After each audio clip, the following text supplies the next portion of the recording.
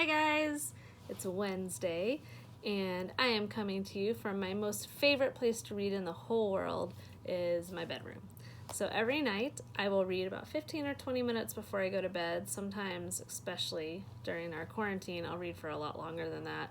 And it just kind of helps my mind slow down, it helps me go to sleep, but it also helps me become a better reader. And so it's just a suggestion for you.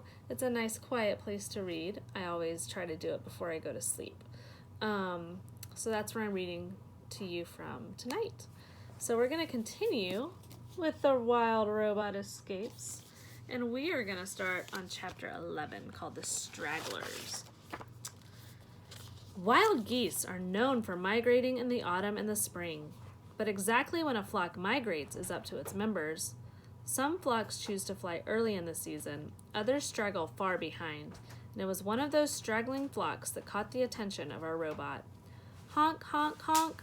The geese were heard before they were seen.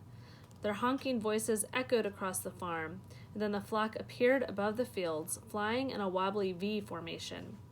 They glided over the pasture and plunked down into the pond. None of them were very concerned as Roz approached. The geese had seen similar creatures on other farms, and they knew there was nothing to fear. But they were about to learn that our robot was very different than the others. "Hello, geese," said Roz. "Welcome to Hilltop Farm." The geese froze. They stared at Roz with suspicious eyes, and then the biggest goose slowly swam over. "I've come across plenty of monsters like you," he said, "but I've never met one who could talk." "I am not a monster, I am a robot. My name is Roz." The goose scratched his head. "Well, it's nice to meet you, Roz the robot," he said at last. My name is Wingtip, and this is my flock." Roz gave a friendly wave, and soon the flock was gathering around, curious to meet this odd creature. As you can imagine, the geese were shocked to learn that Roz had a goose for a son. They asked her all kinds of questions about Brightbill, and about her old life on the island, and about her new life on the farm. Then Roz asked them a question of her own. "Do you think Brightbill's flock would ever come this way on migration?" Doubtful," said Wingtip. "It sounds like his flock takes the eastern flyaways. They'd never come this far west." The robot slumped with disappointment. "However, we geese are full of surprises," added Wingtip. "I'll promise you this, Roz. If we ever meet Brightbill, we'll point him in your direction." The talk was interrupted by giggling and barking. The children were taking their dog for a walk. Roz couldn't be seen chatting with geese, so she whispered a quick goodbye to her new friends and went back to work. And when she looked down at the pond later that day, she saw that the flock was gone. And here's a picture of the geese she met. And this is so cool, something I never thought of, that Brightbill would have to migrate. And so maybe it's a good thought to think that maybe they migrated near that farm. But this goose seems to think that they wouldn't. But hopefully Wingtip will come back, maybe at a different part of the story, so we'll have to see. Chapter 12, The Homesick Robot. We all feel homesick at one time or another. Even the robot felt something like homesickness. Roz belonged with her son and her friends on the island, but she was determined to find a way back there. But how? If the robot was seen doing anything unusual, Mr. Sharif might have her destroyed. Roz had to be careful, so she calmly went about her farm work day in and day out, but all the while, the homesick robot was secretly planning her escape. Chapter 13, The Electronic Signal. Beep, beep, beep, beep. A message was flashing on Roz's computer. The drone was reporting that gusty winds had sent it spiraling into the neighbor's bean field. So the robot grabbed the big, heavy toolbox and marched out to clean up the mess. Roz found the flying machine upside down, with its landing gear poking above the rows of leafy plants. It had some scrapes and scratches, but no major damage. She flipped it over, brushed it off, and tightened a few screws. Then she said, "Return to Hilltop Farm." The engine started buzzing, and the machine lifted off the ground and flew home. As Roz marched back, she cut through a strip of forest that separated the two farms. There were trees and ferns and rocks and shrubs and small forest animals. It was a little piece of wilderness, and suddenly the robot was thinking of that wild island she missed so much. Someday she would try and run away and return to her true home. Was this the moment for her escape? Could it be as easy as sneaking off through the trees? No, it couldn't be that easy. Ahead, on the other side of the trees, Mr. Sharif was sitting in his pickup truck watching Roz. Because of the robot's electronic signal, he knew she had stepped off the property and he had raced out there to see what she was up to. Roz marched over to the truck and Mr. Sharif leaned out his window. He had a serious expression on his face. "Don't ever leave the property without my permission, understand?" "I understand," said Roz. She understood all right. She understood that she was always being watched. She understood that she was trapped on Hilltop Farm. Chapter 14, The Sad Truth. That night, while everyone else was sleeping, Roz stayed up with her computer and researched sneaky subjects. She looked for diagrams of her own body and for maps of the area and for any news that might help her escape. But the robot found nothing. The computer only let her access information about farming. She was cut off from the outside world. It was clear that if Roz wanted to escape from her new life, she would need help. But the cows didn't know how to escape, and Mr. Sharif would never let his robot leave. Who would possibly help Roz run away from the farm? Chapter 15, The Children. As time rolled by, Roz saw less and less of Mr. Sharif, but she saw more and more of the children. They were shy at first. The robot might look up from the pasture and see Jad peeking around the corner of the barn, or see Jaya spying from the branches of a tree. But the children were growing bolder. And then one day, Roz marched into the workshop and heard giggling. She walked to the closet in the back, opened the door, and there was Jaya, smiling and trying not to laugh. "I'm hiding from my brother," whispered the girl. "Close the door." The robot closed the door. A minute later, Jad ran in, flushed and out of breath.